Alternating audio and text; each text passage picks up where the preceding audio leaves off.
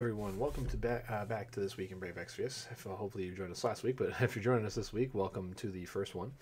And this is what is this? August 17th, 2022. We are kind of in that weird place where we're coming out of a a long dead time.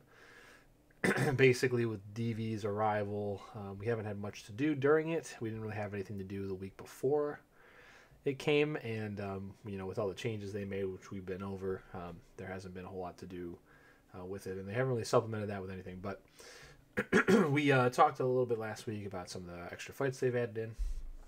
We'll talk about some of the units that we got this week, and then maybe at the end we'll talk a little bit about what's happening tomorrow, because there's not much to talk about again for the third week in a row. I remember when we started, we had a lot to talk about. We had, anniversary stuff and all this other cool thing, all these other cool things happening. But now we don't have any of that. So we've hit a bit of a lull here. But yeah, maybe tomorrow with New Clash, we'll have a lot of fun things to do. And maybe even this weekend, we'll do a little bit of streaming, depending on how tough the boss is and if we've got the stuff that can handle it or not. All right, but let's dive right in. So, first of all, we'll just talk about the new raid, for Final Fantasy 12 stuff. So basically, this boss is a pushover. Just bring a full party of bonus units, and you're done. And that's pretty much it. I'm pretty sure I've already got everything. Yeah, I mean, if you clear out your 5 orbs every, twice, 3 times a day, you'll already be done with this stuff, and that's it. Not much more to say than that. It does have a drop you do want to get. Let's go to summon here. I believe it's in box 3 or 4 out of 5, but you come on down here, you summon this up, and then I think it's 3 has this helmet. But here we go. Yeah, 4 has this Vayne's garb in it. So you want to grab this. This gives Vayne a bunch of stats, 500 attack, some double hand. But it's also upgradable twice, which is what we're going to talk about after this. But yeah, not too bad. Vayne's awakening is finally here. So you'll want to get that. You'll also get 100% TMR for him, and then you'll get 100% TMR for Van if you're going to pull any Vans. And yeah, we got Van this week. We got an NVA Vayne, which we've known has been coming for a while. But we also got an NVA Folka, which we knew was coming, but we didn't really know when. And surprise, surprise, here she is. So it almost feels like Global is taking this chance to kind of catch up on the NVAs that they missed, that are all late for us. So I don't know if Folka's on time a little early or just a little bit late, but next week we're getting 2 ones that are like super well overdue, similar to like how Mediana was like 7 months late from when we should have gotten her. We got another one of the cosplaying main characters. Just gonna ignore that because it's literally basically the same unit that's already been out for years and we don't care. I did manage to get a Vayne or a Von while I was pulling for Vaynes. So I was dropping all my tickets that weren't like 5-star and up to try to get more Vaynes, so I could, because I never actually had any Vaynes. I had like 1 Vayne or 2 Vaynes that I had saved, and I really wanted to get 2 plus 1 so that I could at least give him his STMR, and then I could live with whatever fragments come afterwards. But I only got 1 extra, so I had the 1 I had already, and then I had 1 extra that I got out of the tickets. And, yeah. But real quick, Von is pretty good, so we'll look at him real fast. I'll just show you, like, what you can expect. He's got some exclusive to Breaker clothes that have some pretty decent stats. 100 dual hand is pretty nice. 500 for... basically just him, all the versions of himself. And then he's got his giant claw that I know it looks like a spear, and it's been memed on to death this week, but yeah, I don't know why. It's got an interesting set of variants. You notice here, it's got 0.1 less variance than normal on the top end, but it has 0.2 higher variance on the bottom end, so that's kind of interesting. 35% evasion, I believe, is the highest evasion available on any item outside of the robe, the 50% robe that you can buy with the armory ticket, which is available right now if you want to go ahead and grab one of those. I would highly recommend it if you don't have all 3 materia. But when it comes to the rest of the items, I can't really recommend it. Magic evasion could be useful sometime in the future. Who knows? That has to be fixed. It's almost completely useless now. And 50% evasion on a chest piece, on a body piece, is not bad. The problem is you can get 25 and 30 from so many other items in every slot and materia. And it's just, if you need evasion, and you can get evasion off vision cards too. If you really need an evasion build, and all that item's going to do is maybe potentially reduce the amount of evasion you need by 1 slot on your character. And oftentimes that evasion isn't just by itself. It carries resistances or attack with it. It might carry decent stats. Just as an example, Wilk's TMR has 30% evasion on it, and it's got good attack for people that aren't Wilk, so it's not bad. Like, if you look at like a Sephiroth long coat that's an STMR that gives you 80 attack and like stop immunity, you could alternatively wear like a 60 attack chest that has 30% evasion on it. And that's not that big of a penalty to pay. Considering how much lapis you have to burn to get that evasion chest piece, I would not recommend it. I would definitely recommend saving your lapis for items that are unique that you'll need to get. But then if you look at his abilities, he's got some interesting stuff here. Gets 100% LB damage boost in dual hand when he gets his stuff. He has fire and wind bolting strike attacks, single target, but they also have 130 imperils on them, which isn't bad.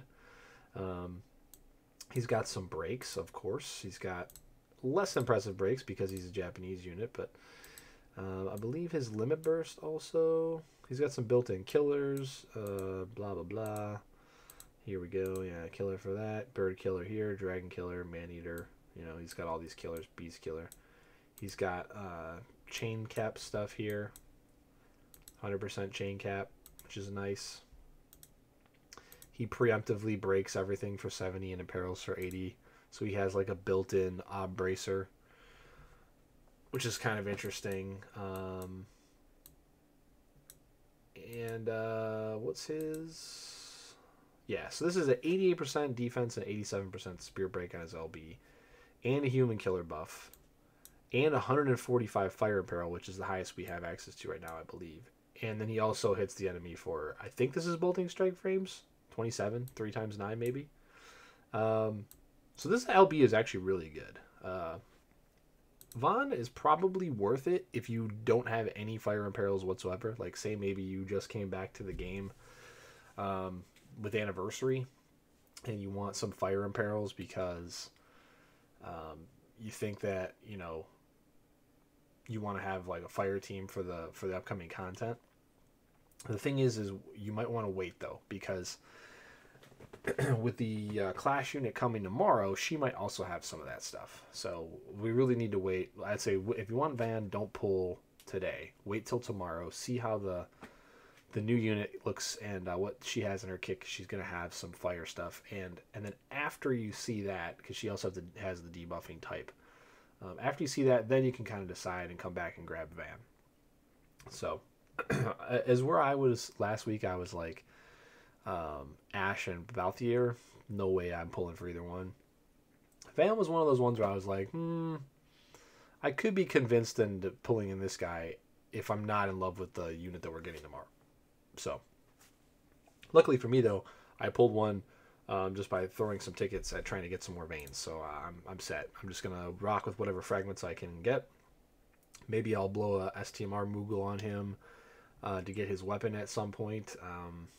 We do have an item world opening up tomorrow, so maybe. But he's I thought he was worth talking about just because he's an interesting unit, and he could be the best fire imperil we get for a while. And if you say you missed Roberta or something, he's not bad. So keep your eyes open. It could be worth stepping up for him tomorrow. And then Vayne is kind of interesting. Vayne is a NVA Awakening from 4-star. And he's got some interesting abilities as well. He has 120 light and dark imperil on a single bolting strike attack.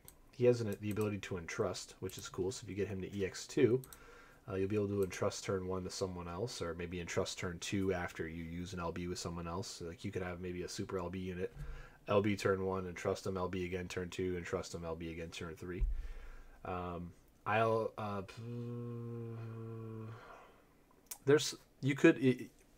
What's cool about having good entrust units is that later down the line, especially with dark imperil. I mean, this was like 135 would be really nice. Sephiroth gets crown buffs later, so you might see Sephiroth coming back and like being able to stack his LB on turn 2 without having to waste his Magnus to get to it.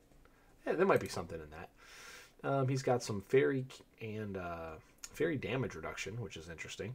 The boss tomorrow is not fairy.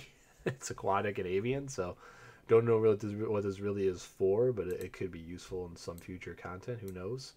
If you need like a big, I think there's like a big knowing deep DPS turn that's coming from a fairy boss. You might be able to want to throw this out there. 99% mit.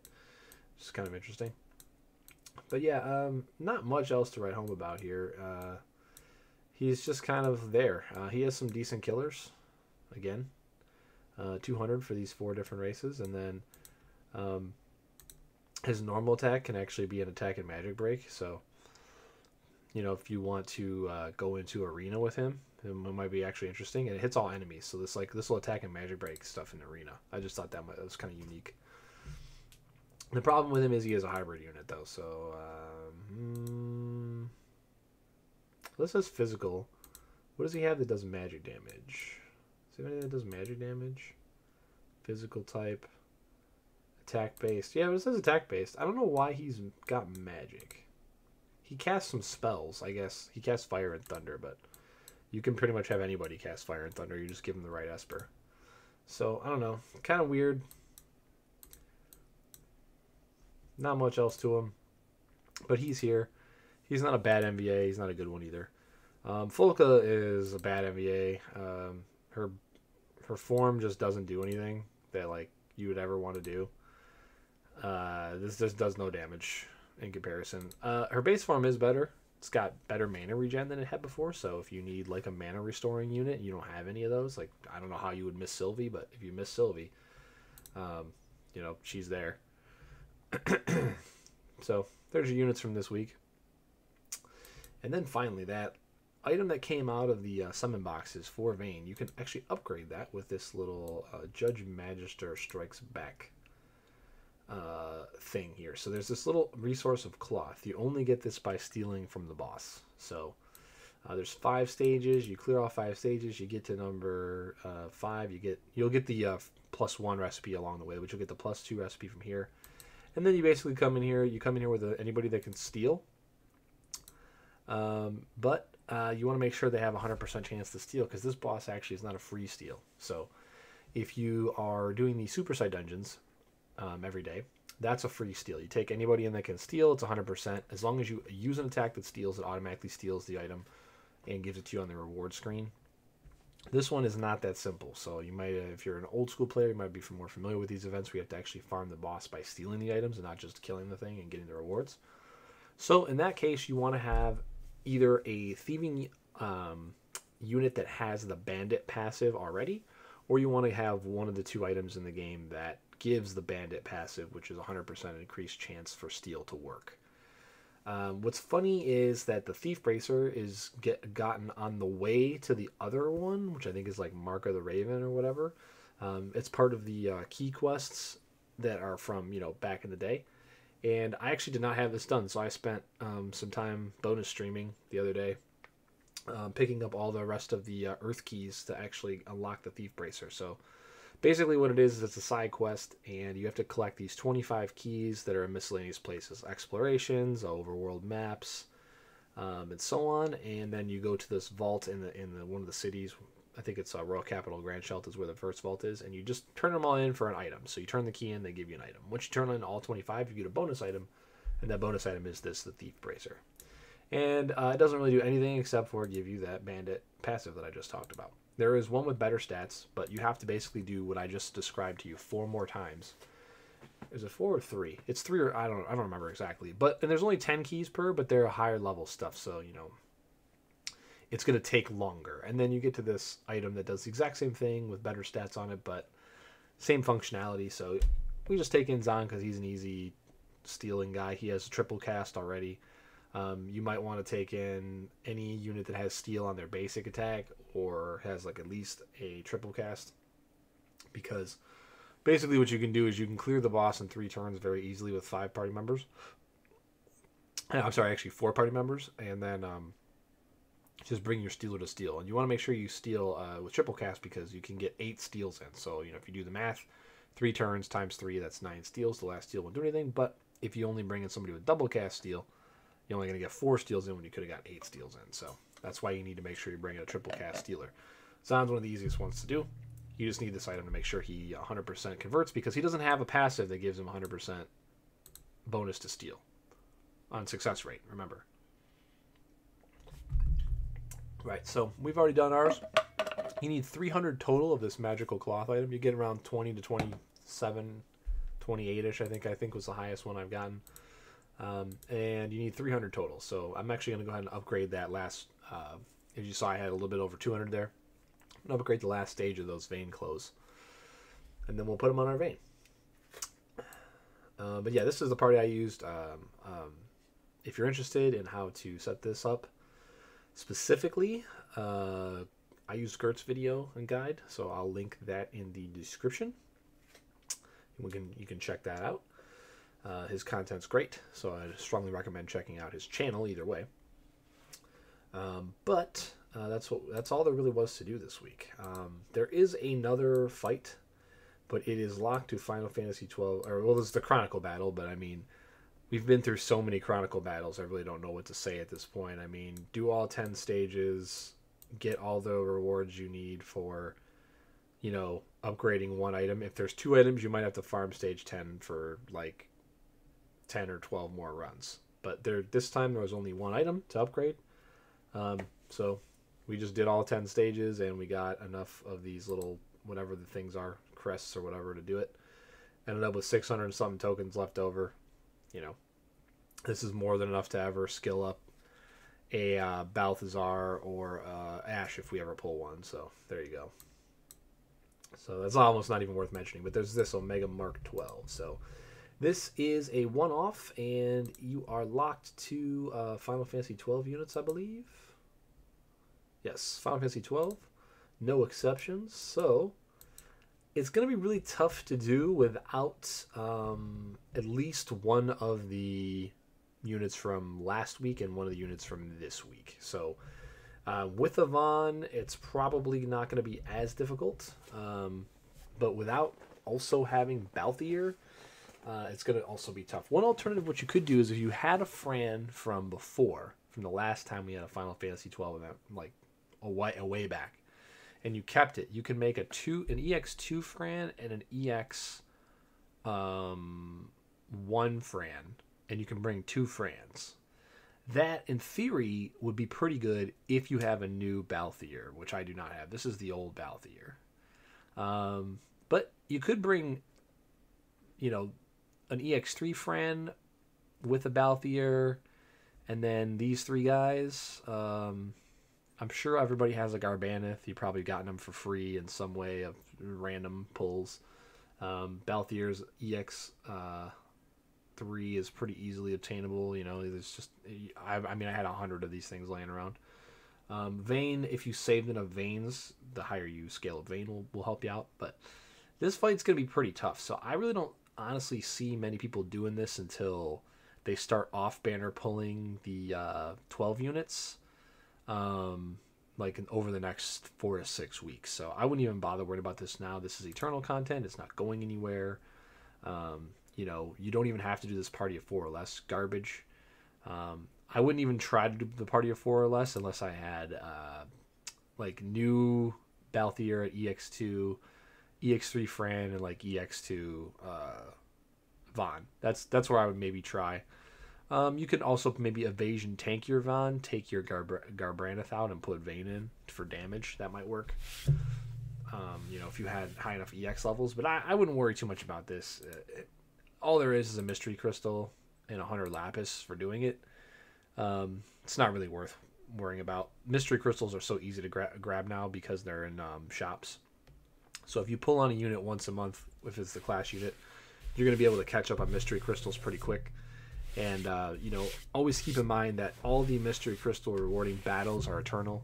So if you ever want to try them, maybe you've gotten some units, you can always go over here to Chronicle. You can scroll down to find wherever they are. Let's just do one of these, but for example, so this Proto Omega guy. You jump in here, this content's here for forever, right? Can only use FFBE units, so this one's really easy, right? But there's the Final Fantasy 6 ones in here, all of them are in here. The Final Fantasy Type 01 is in here. A lot of people couldn't do that one without Kurosame, so once they off-banner to Kurosame, you come back and do it later. So not really much going on there. Okay, and there's not much else to talk about, really. Let me open my notes here, because I do write notes for this, actually, every week. And I definitely wrote some notes down.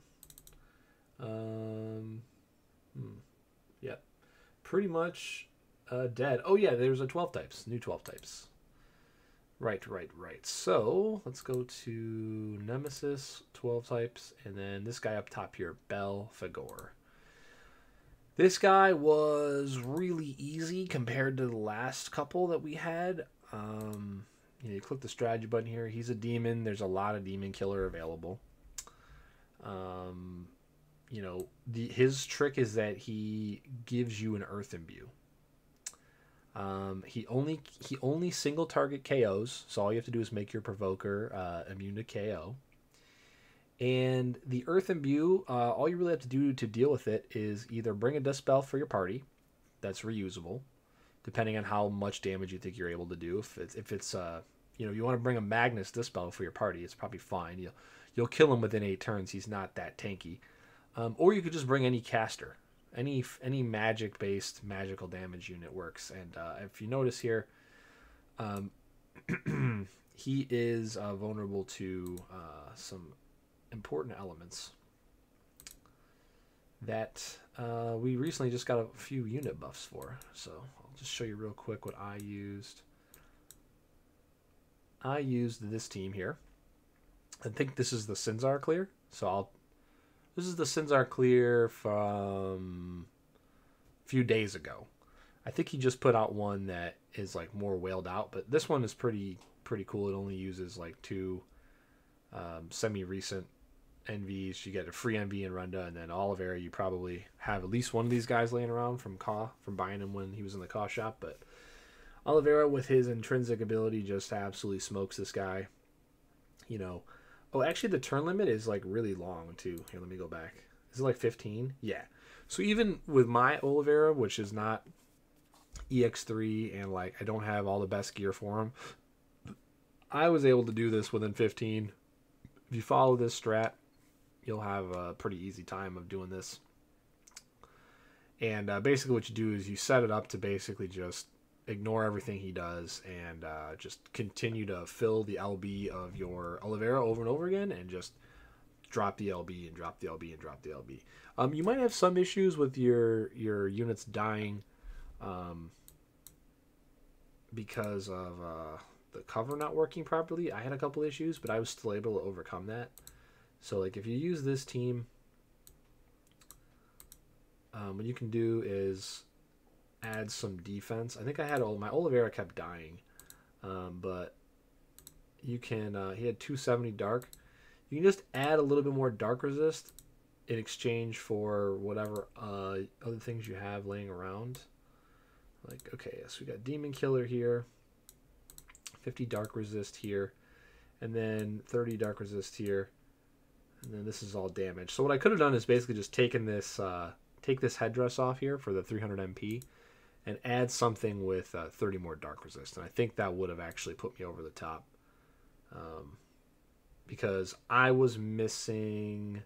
Yeah, so like this exceptional ingenuity materia, I needed to get like 30 more dark resist out of this materia slot, but I just kind of ran out of high dark resist materia. So if you have like some other units laying around that, you know, like you could drop some extra STMRs on, what I probably would do is just go see if you've got any of these guys laying around with these high dark resist materias, and just make a couple more, and then that way you'll be able to pimp everybody out. So like, I think even this, keeping back to dark, I was using this instead of having another 60 plus. Yeah, see, even he has 295. He should have 300. Kaito also has like a lot of HP though, and a lot of evasion and stuff. So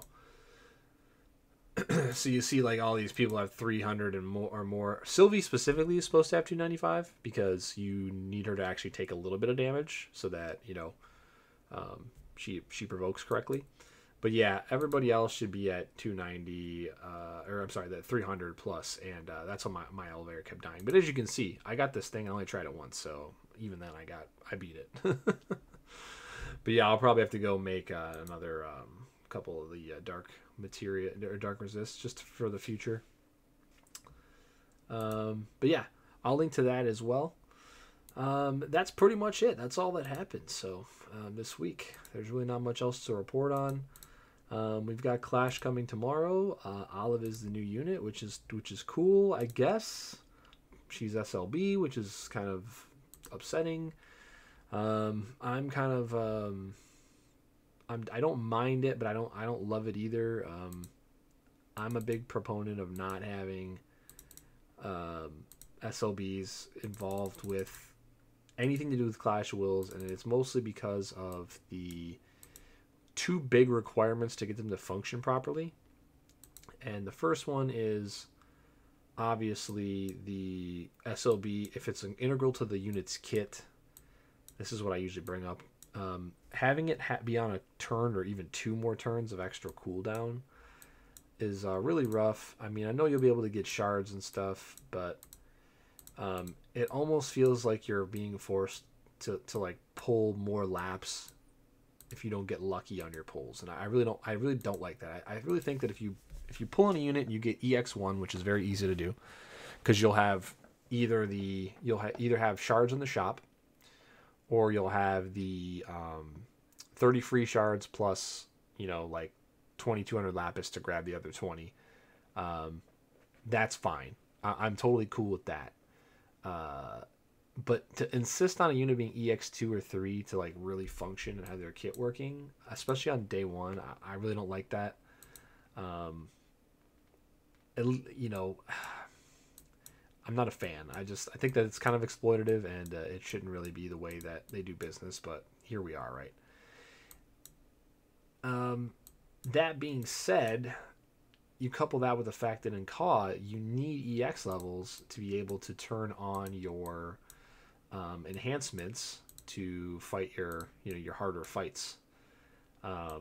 So in essence, every unit that comes out with Clash, it's kind of rough because you want a high EX level to bring them into the Clash fight. But I think that double whammy of the super limit burster not being able to like integrate their kit fully into the fight if they're not EX2 or 3, it just hurts that much harder because we're already hurting, right? Like if you can't bring EX2 Chizuru into the last Clash of Wills, you're already kind of like, all right, well, yeah, she doesn't have as much damage and she's not going to start with an LB, but you know, like her base form does a bunch of good shit I need. Then I shift, then I can still do some damage while I'm building up the LB, and then I can hit with the LB on like turn 4 or whatever, right?